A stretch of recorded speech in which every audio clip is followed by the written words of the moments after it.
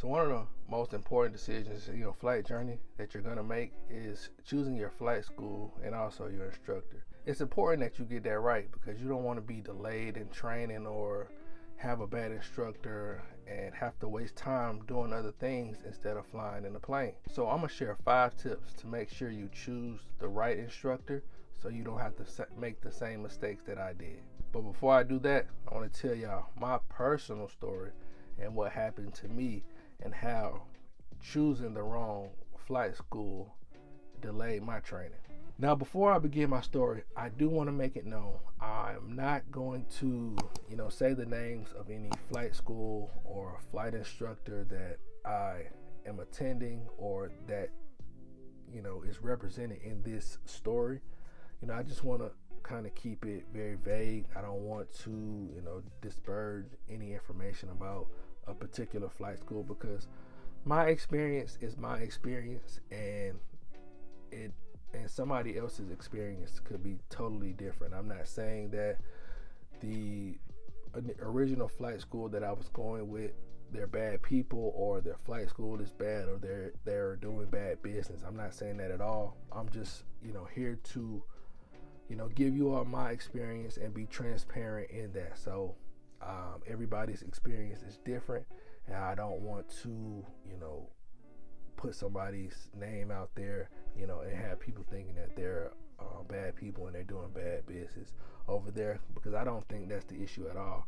I just think that's my experience, and I got to go with my experience. I can't go with anybody else's experience. So when I first started my journey in becoming a pilot, and after I took my discovery flight, I decided to start my process of determining which flight school I wanted to go to. So for me, I narrowed down the choices in my area that were appeasing to me. After a quick Google search, I reached out to all 3 flight schools, whether it was through phone or through email, letting them know my interests, and just trying to talk to them and feel them out and kind of learn more about their flight school and things of that nature. So I had conversations with all 3 flight schools and I decided to make a decision. So I made my choice. Initially, I wasn't ready to start flight training at the time. I still had to stack up and save some money. So I communicated that to the flight school. They were okay with that. They just said, reach back out when you're ready to start and we'll get you rolling. So, from that point on, I checked in with the lead flight instructor and the owner of the flight school, periodically, just kind of let them know where I was. Hey, maybe I'm looking to start around this time. It was, very great conversation, great communication at the time. So now I raised enough money and I think I'm ready to start flight training. So I reach out to the same person I've been talking to, the owner of the flight school. And at first, communication was very smooth, whether it was through a phone call or maybe through a, email, like I said. So it was very great communication, swift responses. I never had to wait a day or two before I received a response from the flight instructor. Now at the time, I know that the owner of the flight school that I was looking to attend was also an airline pilot. Reached out, let him know I was ready, and he said, okay, great. Right now we don't have any, planes instructors available. We have a lot of people in the process of taking check rides. So when they get those check rides done, that'll free up some time for instructors, and I'll be able to get you with an instructor then. So at the time, he was saying that it would be about a 2-week wait, which I was fine with. 2 weeks is really not a big deal. I reached out because 2 weeks had passed and I haven't heard anything. So I just reached out, and said, hey, is there any availability now? And at the time, there had been a few days where the weather was bad in the area. So I was thinking, maybe, they still was not able to get those check rides done for those students, but I don't know. I just wanted to reach out because I hadn't heard anything. Reached out. Let's try to squeeze you in on this day. I believe it was maybe a week from the day we were talking, and he said let's try to get you in that day. Put me on the calendar a week out with an instructor to pretty much do my first lesson. So then scheduled with an instructor about a week from the date that we talked. So a week goes by. I'm excited. I'm about to have my first lesson, and I'm excited to get started. Go out that day, met with the instructor, and we were supposed to go up and fly, but we didn't because he said it was too windy. He said the winds were too bad. He had already had someone go up with them and throw up in the plane earlier, and he didn't kind of want to risk that with me. I was understanding, and that was fine. We basically did a lot of administrative work that day. He talked to me about their systems and how things go, the process goes with them and everything. Added me to their scheduling system, showed me how to schedule and all of that. So, from that point, I was fine. We just put something on the schedule for that upcoming Thursday to go up and fly. Thursday comes around. I'm excited, ready to go up and fly. And maybe about, I would say, 3 hours before my flight, I got a call from my instructor. My instructor calls and says, hey, Brandon, the plane that we were going to use, somebody hit the wingtip on the runway. So unfortunately, we are unable to go fly today because the plane is down for maintenance. Also, they have all the other planes are booked up, so we're not able to go fly today. So mind you, they have 6 planes at this particular flight school, and the plane that I was supposed to be using was down for maintenance issues because somebody hit the wingtip on the runway, and the other planes were scheduled out for that day. So that was fine. I was very understanding of that. Stuff like that happens. I understood going into flight training. Every time I was scheduled to fly, I was not going to fly because of various reasons. So I was fine. So Tuesday I didn't fly because of wind. Thursday I didn't fly because the plane was in maintenance. So my instructor tells me then, we're going to put you back on the schedule for Tuesday of next week. The plane should be up by then, and we'll be ready to go up. So I was fine with it, still excited, still looking forward to flying. So Monday afternoon, evening time comes. I'm excited, and I decided to look at Flight Circle because I've been given access to Flight Circle for that particular school, so I was able to see, my schedule, able to see plane availability, if the plane was down for maintenance, and so on and so forth. So I pull up Flight Circle that Monday evening, the day before I was supposed to schedule to fly, and I see that the plane that I was flying was down for maintenance. So I was a little weary because I hadn't received any communication or anything like that. So I just, after seeing that, still saw me scheduled to fly that plane, but also the plane being down for maintenance. So, my first flight, I didn't think nothing of it. I thought maybe, hey, the plane may be down for maintenance today, but it'll be up tomorrow, ready to fly. So, went to bed that night, woke up, still the same excitement, ready to fly. Tuesday comes along, the day I'm scheduled to fly again, and 3 hours before my lesson was scheduled for 4:30 that evening. I got a call about 1 o'clock. It was my instructor. He says, Brandon, I'm sorry. Unfortunately, you won't be able to fly today because the plane's still down for maintenance. He says, I'm not really sure when the plane's going to be ready, but in order to keep from scheduling and canceling your appointments, I'll just call you when the plane is ready so we can go up and fly. So, from that point, that's the third, time I was not able to fly from on their part, not my part.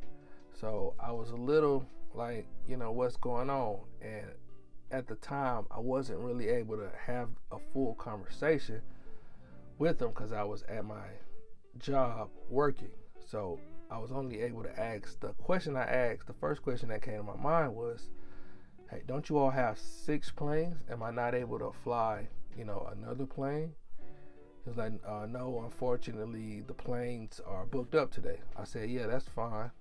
But what about, Thursday? Can I fly another plane Thursday? He said, oh, well, I'll just call you back when the other plane is ready. So I'm like, okay. And like I said, I was at my day job, so I had to leave.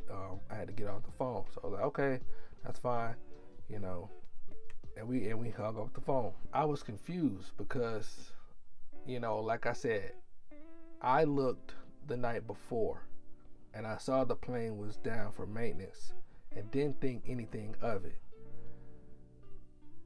In my personal opinion, I thought that the instructor as well could have saw that and maybe given me a heads up the night before, or maybe even tried to squeeze me in on another plane the next day.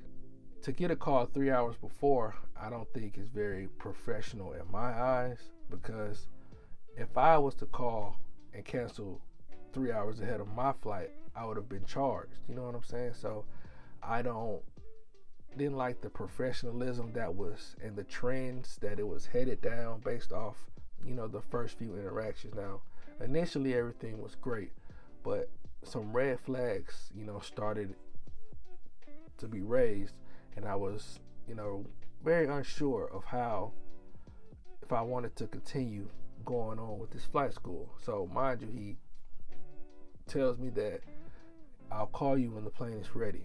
I was told I was going to get called when the plane was ready.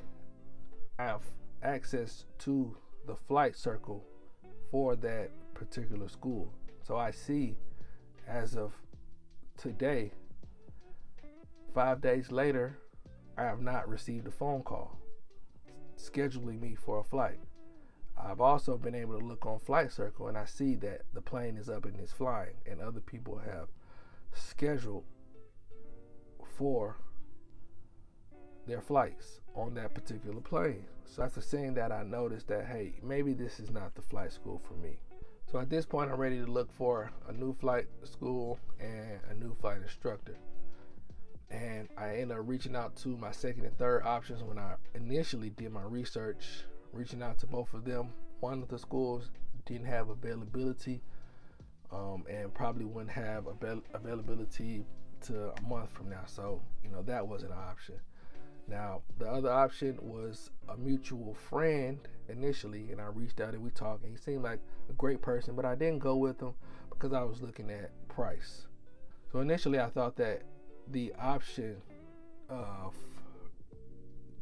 joining a flying club and training with him, because he was like an independent contractor type, and I thought that was initially too expensive for me, so I chose the less expensive option of the other flight school that didn't end up working out. But after, kind of looking into it more, it might end up being a little cheaper or maybe a little more expensive, but not extremely expensive. I say all that to say I am moving on from my previous flight school and flight instructor to another flight instructor. I'm excited about it. We already have a flight scheduled for the upcoming week. He's very professional, just a great person, and I'm excited for the opportunity to train with him and actually get my flight training going. That's where I am right now. The purpose of this channel is for me to be transparent, and I want to let you all know the highs and the lows of everything that's going on with my flight training and my flight journey. So now let's get into the tips of how to not make the same mistakes I made when it comes to choosing your flight school. So the first tip is to have 3 options for flight schools.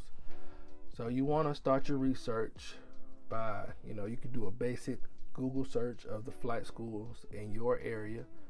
and you want to go through each flight school and pick 3. You can pick, do it to where you can pick a large 141 flight school, a smaller mom and pop Part 61 flight school, and maybe you could pick a flight school that's in the middle, in between. But you want to have narrowed it down to 3 flight schools, however many that is. So even if you need to talk to people from the flight schools, whether it's instructors or students, that's all a part of this research phase in your flight school. So tip number 2, and this one might be a controversial tip, but I'm gonna say it anyway. Take more than one discovery flight if you need to. Now, I say this because scheduling and taking a discovery flight is like you're actually taking a flight lesson. So in that, you get to see how the flight school operates when it comes to scheduling their planes, the availability of their planes, how the instructor that you will be training with is, how you all vibe off of each other. Those are important things that you need to know, and that you will only get if you're in a discovery flight. If you take a discovery flight, if you pick a school, for example, and you taking a discovery flight and they continue to cancel your discovery flight, you think your lessons are going to go any different? No, they're going to cancel your lessons just the same. If you want to just schedule a discovery flight, and every time, you can't get in contact with the scheduling person, or, it's bad communication, whatever the case may be, when you're doing a discovery flight, you get to see all, what could possibly go wrong in your flight training. If they can't schedule you a discovery flight a month out, hey, that means maybe that flight school is a little too busy for you, and you might not need to go to that flight school, because if they can't schedule you a discovery flight immediately or within the week or so, then hey, maybe my lessons will be the same, few and far in between. That's the second tip. Take one more discovery flight if you need to. Now, I know discovery flights are expensive, and you don't need to shell out $200 and $300, 3 and 4 times to do this. But for the schools that you want to narrow it down to, I would say maybe 2. And if you take that first discovery flight and everything goes great and you want to go with that school, then albeit go with that school. No need for another discovery flight. That's why I say if you need to. But if the red flags are there, then you know what I'm saying, don't do that. Which leads me to my third point. Don't ignore the red flags. The red flags are going to be there, whether it's with scheduling, whether it's with plane maintenance, whether it's with the instructor vibe. It doesn't matter. The red flags will be there. For me, it was communication. I, kind of pushed the red flags of communication and plane availability to the side to, try to see if I can still work things out, because I was so eager and so excited. Yes, you're eager, you're excited, but do not ignore the red flags. You will know they're there. You'll feel them in your gut. You will know what is, good and appropriate for you to continue training with that flight school. So you don't want to ignore the red flags. Tip number 4, ask a lot of questions. Do not be afraid to ask questions. When you're doing your research, even before you take a discovery flight, ask questions. Ask about scheduling. Ask about instructors. Ask about the planes. Ask about the environment. Ask every question you can think of. Ask about pass rate for check rides. Ask about DPE availability. Ask about ground school. Ask every question that you can think of. You can go to ChatGPT and tell them to give you a list of questions. And even if you know the answer, even if they have the answer on their website, whether it's pricing or anything like that, still ask. Still ask all the questions you need to know. in order for you to be comfortable in making your decision to pick the right flight school for you. And lastly, tip number 5, ask for recommendations, but only from people you trust. Now, you might have a friend of a friend who knows someone who went through flight school or is a pilot or anything like that. But you want to make sure that you, if you do, you ask those people for their recommendations, because that's where I went wrong in my flight training. I actually had a friend of a friend recommend somebody to me that I initially did not go with, that I'm going with now. If I would have went with them originally, it would have saved me 2 and 3 weeks of time delayed and wasted if I would have just went with the original recommendation that I received from the people that I trust. Yep, that's my story, and that's what I'm experiencing, and those are my tips to help you out so you don't have to experience, a situation like that. Thank y'all for tuning in on today's video. Don't forget to hit that like and subscribe button. If you enjoyed this video, you gotta hit that like button. If you want to continue and watch me on my journey to become a pilot, you gotta hit that subscribe button. And third, make sure you leave a comment, because you could have a helpful tip as well. I might have, not experienced something that you have experienced. So if you got a tip, go ahead and drop it in the comments, because we all in this community together and we all want to be a benefit to each other. So thank y'all for watching this video. Peace and blessings.